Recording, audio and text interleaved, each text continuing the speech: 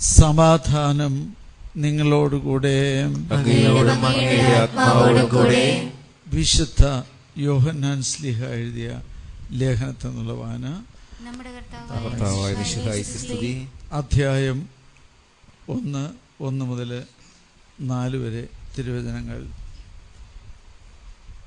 ആദി മുതൽ ഉണ്ടായിരുന്നതും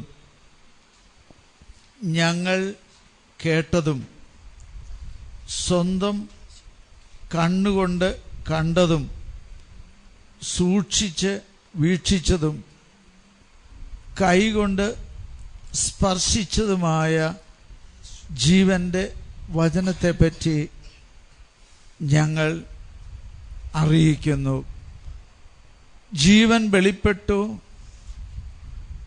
ഞങ്ങൾ അത് കണ്ടു, അതിന് സാക്ഷ്യം നൽകുകയും ചെയ്യുന്നു. പിതാവിനോട് കൂടെ ആയിരുന്നതും ഞങ്ങൾക്ക് വെളിപ്പെട്ടതുമായ നിത്യജീവൻ ഞങ്ങൾ നിങ്ങളോട് പ്രഘോഷിക്കുന്നു. ഞങ്ങൾ കാണുകയും കേൾക്കുകയും ചെയ്തത് നിങ്ങളെയും ഞങ്ങൾ അറിയിക്കുന്നു. ഞങ്ങളുമായി നിങ്ങൾക്കും കൂട്ടായ്മ ഉണ്ടാകേണ്ടതിനാണ് ഞങ്ങൾ ഇത് പ്രഘോഷിക്കുന്നത്. ഞങ്ങളുടെ കൂട്ടായ്മയാകട്ടെ പിതാവിനോടും അവിടുത്തെ പുത്രനായ യേശുക്രിസ്തുവിനോടുമാണ്. ഞങ്ങൾ ഇതെഴുതുന്നത് ഞങ്ങളുടെ സന്തോഷം പൂർണ്ണമാകാനാണ്.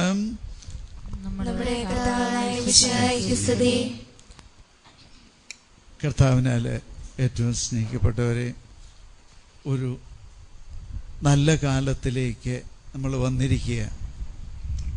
നല്ല കാലമെന്ന് അച്ഛൻ പറഞ്ഞത് ഒരു പ്രത്യേക ഉദ്ദേശത്തോടു കൂടിയാണ്. ആരാധനാക്രമത്തിൽ ഇപ്പോൾ മംഗളവാർത്താക്കാലമാണ്. മംഗളം ഭവിക്കട്ടെ എന്ന് പറഞ്ഞാൽ അതിൻ്റെ അർത്ഥം നമുക്കറിയാം. നന്മ അല്ലെങ്കിൽ സന്തോഷം അല്ലെങ്കിൽ കല്യാണം. കല്യാണം എന്നുള്ള വാക്കിന് പോലും അർത്ഥം മംഗളമെന്നാണ്. അതിൻ്റെ സാറ്, മലയാളത്തിൻ്റെ സാറ് അങ്ങനെയാണ് ഞങ്ങളൊരു സാറ് പറഞ്ഞത്. അപ്പം പണ്ട് ഞാൻ ഓർക്കുന്നുണ്ട്, ഒരു സെമിനാരി വന്നിട്ട് ഞങ്ങളോടെല്ലാവരും ആ സാറ് പറഞ്ഞു, അച്ഛന്മാരെ നിങ്ങൾക്കെല്ലാവർക്കും കല്യാണം ഭവിക്കട്ടെ. ഞങ്ങളെല്ലാവരും ഇരുന്ന് ചിരിക്കാൻ തുടങ്ങി. അപ്പോൾ അദ്ദേഹം പറഞ്ഞു, അതിൻ്റെ വാക്കിൻ്റെ അർത്ഥം ഇത്രയേ ഉള്ളൂ, നിങ്ങൾക്കെല്ലാം നന്മയുണ്ടാകട്ടെ എന്നേ പറഞ്ഞതിൻ്റെ അർത്ഥമുള്ളൂ എന്ന് പറഞ്ഞു. അപ്പം ഞങ്ങൾക്ക് സമാധാനമായി.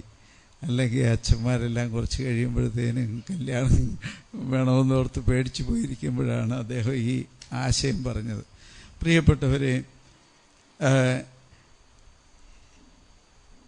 ഈ ക്രിസ്മസ് കാലഘട്ടത്തിൽ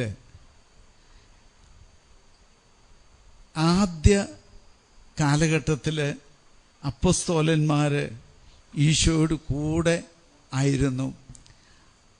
അവർക്ക് ഈശോയോട് കൂടെ ഇരുന്നപ്പോഴുണ്ടായ ഒരു വലിയൊരു സന്തോഷമുണ്ട്. വലിയൊരു ലോകത്തിൽ അവർക്ക് പറഞ്ഞറിയിക്കാൻ പറ്റാത്തൊരു സന്തോഷം. സന്തോഷത്തെപ്പറ്റി പറയാറുണ്ട്, സന്തോഷം നമ്മളത് പങ്കുവെക്കുമ്പോൾ വർദ്ധിക്കുമെന്ന്.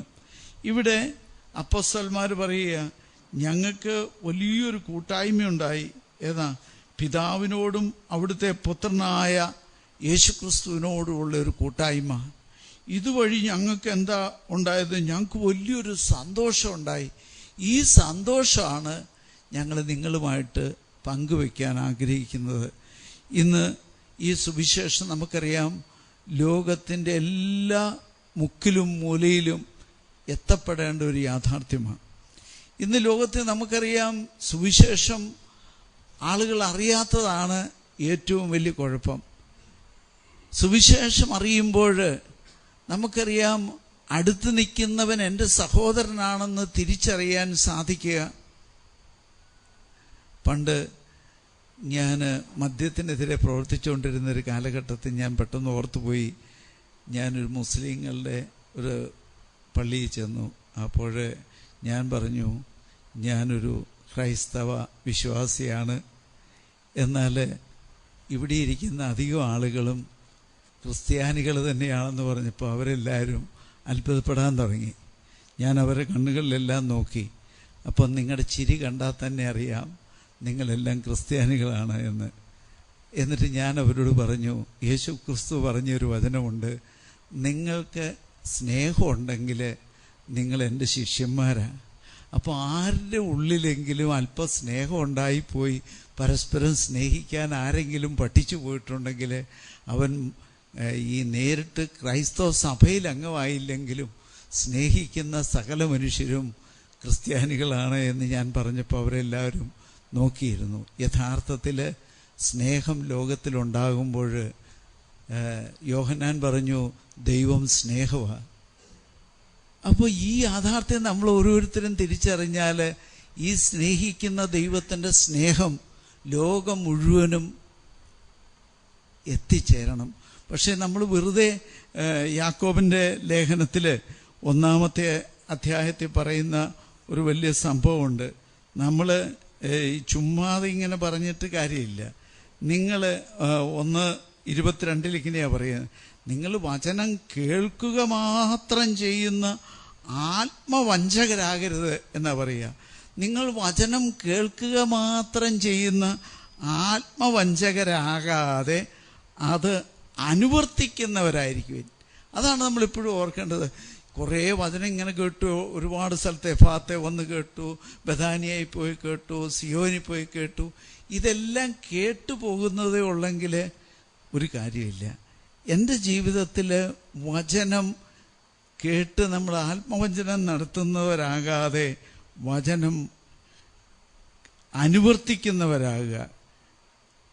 കേട്ടത് മറക്കുന്നവനല്ല, പ്രവർത്തിക്കുന്നവനാണ് പൂർണ്ണമായും നിയമത്തെ, അതായത് സ്വാതന്ത്ര്യത്തിൻ്റെ നിയമത്തെ സൂക്ഷ്മമായി ഗ്രഹിക്കുകയും അതിൽ ഉറച്ചു നിൽക്കുകയും ചെയ്യുക. പ്രിയപ്പെട്ടവരെ, നമ്മളെപ്പോഴും ഓർക്കണം, ഈ ക്രിസ്മസ് കാലഘട്ടത്തിൽ ഞാനിങ്ങനെ ഇതിനെപ്പറ്റിയൊക്കെ ചിന്തിച്ചു. ഈ കഴിഞ്ഞ ദിവസം വചനം അവതരിച്ച മാസമാണ് ഈ ഡിസംബർ മാസം. നമ്മൾ ഓർക്കേണ്ട ഒരു കാര്യം, വചനം അവതരിച്ച മാസം.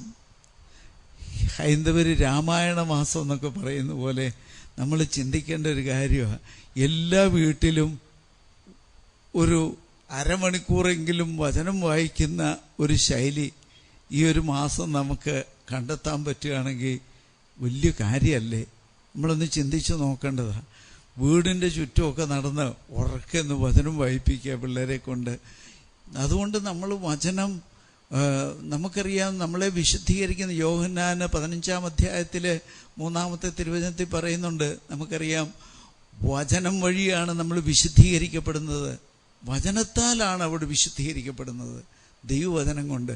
അപ്പം നമ്മുടെ വീടിൻ്റെ ചുറ്റും ഇങ്ങനെ വചനം വായിച്ച് നടക്കുന്ന ഒരു പ്രകൃതി നമ്മൾ തന്നെ വിശുദ്ധീകരിക്കും, നമ്മുടെ സ്ഥലങ്ങൾ വിശുദ്ധീകരിക്കും, നമ്മളായിരിക്കുന്ന ഇടങ്ങളൊക്കെ വിശുദ്ധീകരിക്കപ്പെടും.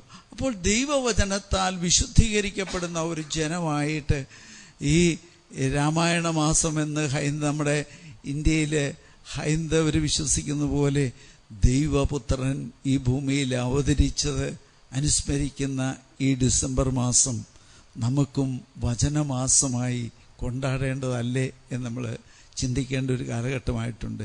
നമ്മൾ കൂടുതൽ വചനം വായിച്ച് നമ്മുടെ വീടുകളിൽ വചനത്തെക്കുറിച്ച് ധ്യാനിച്ച് വചനം വായിച്ച് പ്രാർത്ഥിക്കുന്ന വ്യക്തികളായിട്ട് നമുക്ക് മാറാൻ. പ്രിയപ്പെട്ടവർ, നമ്മൾ യാക്കോബിൻ്റെ ലേഖനത്തിൽ അച്ഛൻ സൂചിപ്പിച്ചതുപോലെ നമ്മൾ വെറുതെ ഇത് കേട്ടു പോകുന്നവരാകാതെ ഓരോ വചനങ്ങളും എൻ്റെ ഉള്ളിൻ്റെ ഉള്ളിലേക്ക് ഇറങ്ങിച്ചെന്ന് അത് ഫലം പുറപ്പെടുവിച്ച് അവിടെ വളർത്തണം. നമുക്ക് സ്നേഹിക്കാൻ പറയാൻ എളുപ്പമൊന്നുമല്ല, ഈ പറയാൻ എളുപ്പമാണ്, പക്ഷെ അത് പ്രാവർത്തികമാക്കാൻ, സ്നേഹിക്കുന്നവരെ സ്നേഹിക്കാൻ നമുക്ക് എളുപ്പമാണ്. കർത്താവ് തന്നെ പറഞ്ഞു, എല്ലാവരും അങ്ങനെ ചെയ്യുന്നുണ്ട്. സ്നേഹിക്കുന്നവരെ. എന്നാൽ ഞാൻ നിങ്ങളോട് പറയുന്നു, ക്രൈസ്തവൻ എങ്ങനെ സ്നേഹിക്കണമെന്ന്, ആരെ സ്നേഹിക്കണമെന്ന് പറയുന്നുണ്ട്. ശത്രുവിനെ സ്നേഹിക്കുക. ഈ സ്നേഹമാണ് നമുക്കൊക്കെ വേണ്ടിയത്. ഇത് പഠിക്കണമെങ്കിൽ ഇച്ചിരി ഞെളിപിരി കൊള്ളും.